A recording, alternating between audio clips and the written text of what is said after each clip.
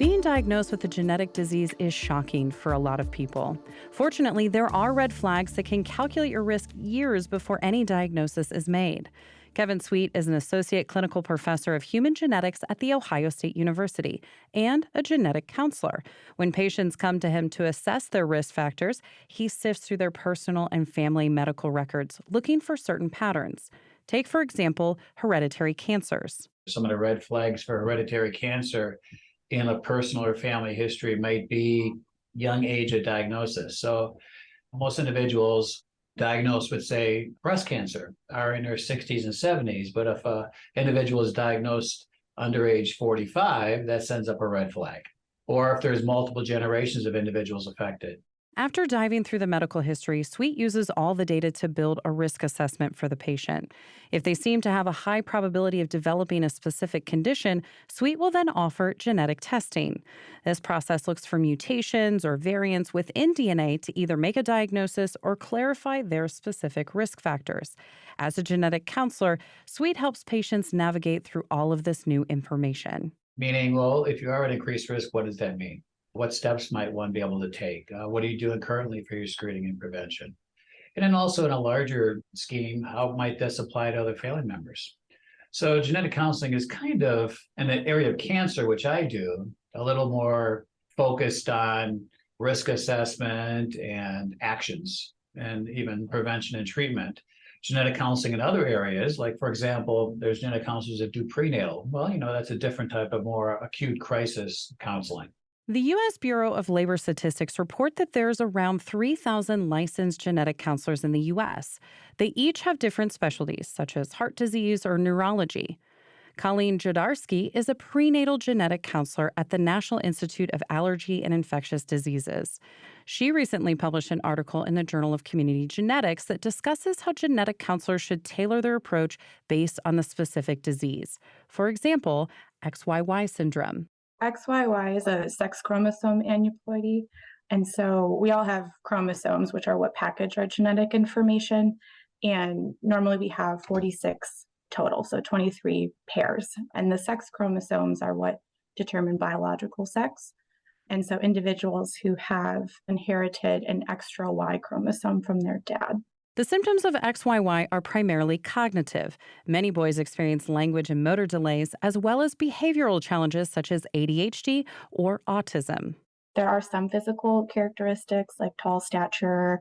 Sometimes their eyes are a little bit closer together, but primarily the presentation affects more of the brain development and manifests that way as opposed to physical symptoms. But the condition is only found in males. About 1 in 1,000 boys have it, but Jodarski says that number is most likely a much lower estimate than reality.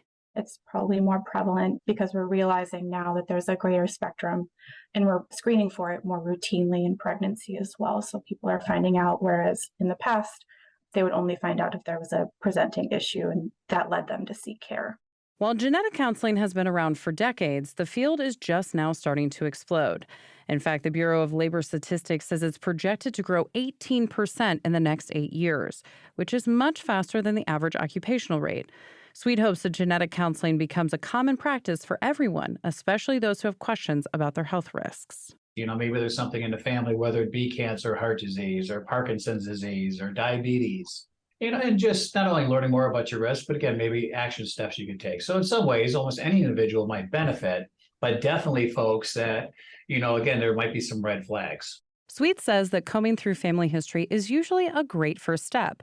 But what about people who are adopted or don't have access to that information? In this case, Sweet goes straight to genetic testing. The testing has gotten to the point that even if we didn't know the family history, it could be helpful.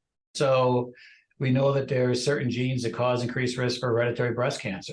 There's about a dozen of them. There's a good handful of genes that cause hereditary risk for colon cancer and uterine and ovarian and so on. So nowadays, we can take a blood sample or a saliva sample, and we can look at each of these genes in what we call a panel test. So we could do a quick, thorough search for hereditary risk factors for, say, cancer, even without a family history, if an individual has concerns about their risk.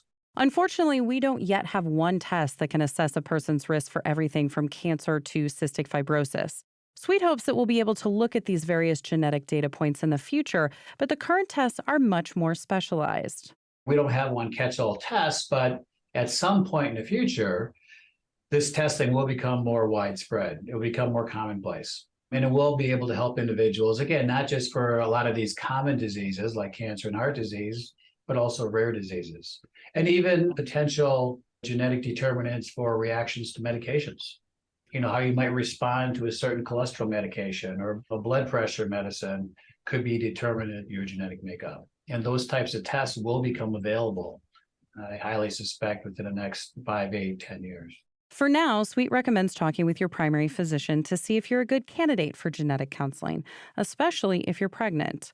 Jodarski says expecting mothers should consider having a non-invasive prenatal screening. It's a blood test that's able to look at fragments of placental DNA that are circulating in mom's bloodstream and is able to evaluate for those different conditions based on those DNA fragments. The prenatal test identifies the baby's risk for certain diseases. If the child does have a high risk, then doctors will conduct diagnostic testing that will see whether they have the condition. But what's the advantage of doing genetic counseling during pregnancy instead of waiting until the baby is born? The benefits of finding out prenatally are they allow parents to better prepare. So having information ahead of time, they're able to make decisions about early intervention, which is associated with improved outcomes in children that have XYY and other conditions as well. It's helpful to have the information up front. And that's what we've heard too, or at least what I've read too in the literature, when parents of children with sex chromosome aneuploidies have been interviewed about their experience.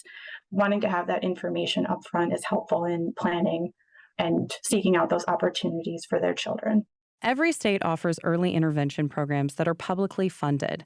Many of these services are free for eligible children.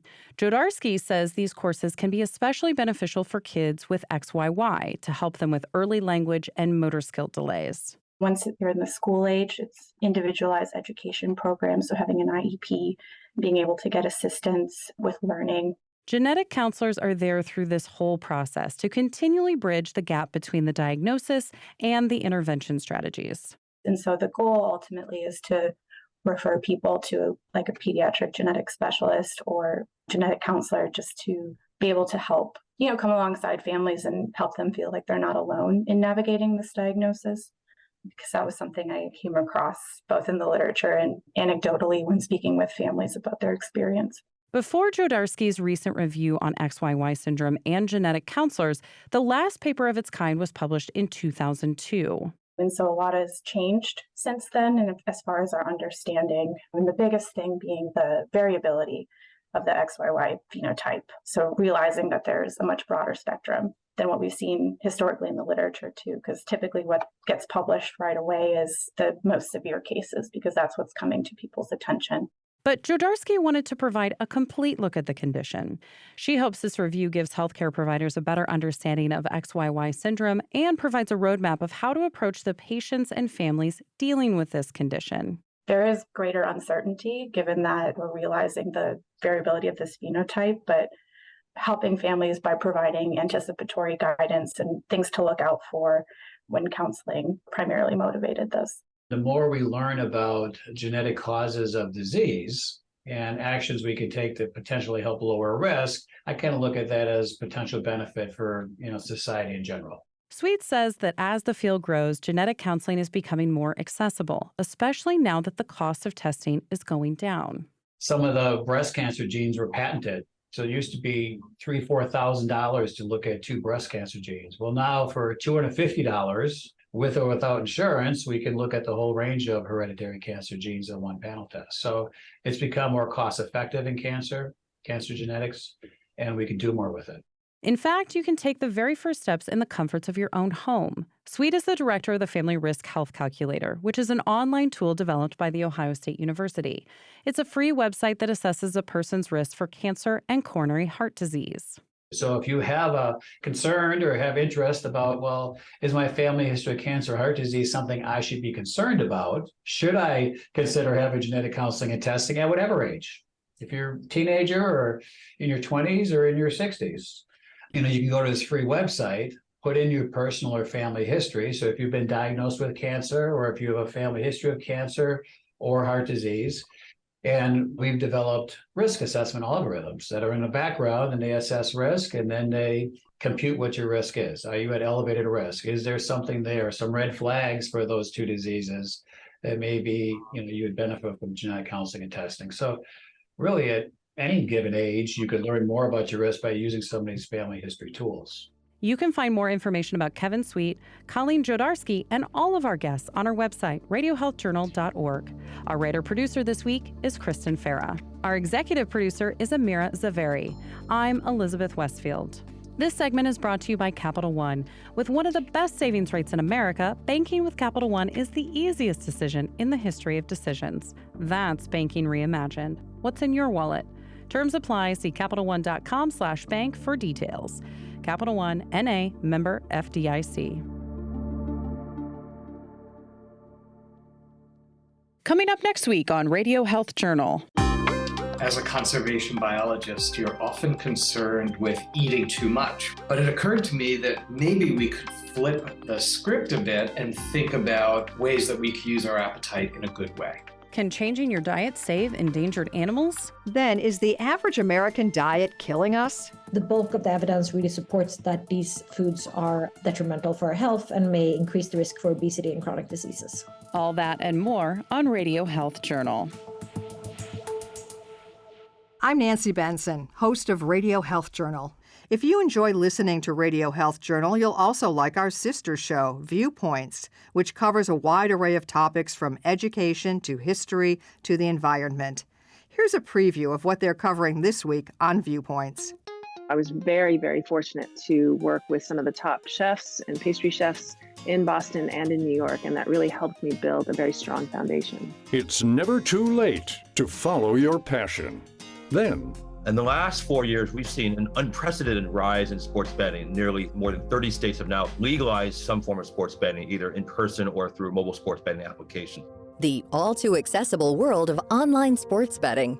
I'm Marty Peterson. And I'm Gary Price. These stories in depth this week on your public affairs magazine, Viewpoints. Listen to Viewpoints on your favorite radio station and subscribe and listen to shows anytime on Apple Podcasts and Google Play. And that's Radio Health Journal for this week. Follow us on Twitter, Facebook, and Instagram to learn more. And check Apple Podcasts, Google Play, and Spotify for a library of past programs.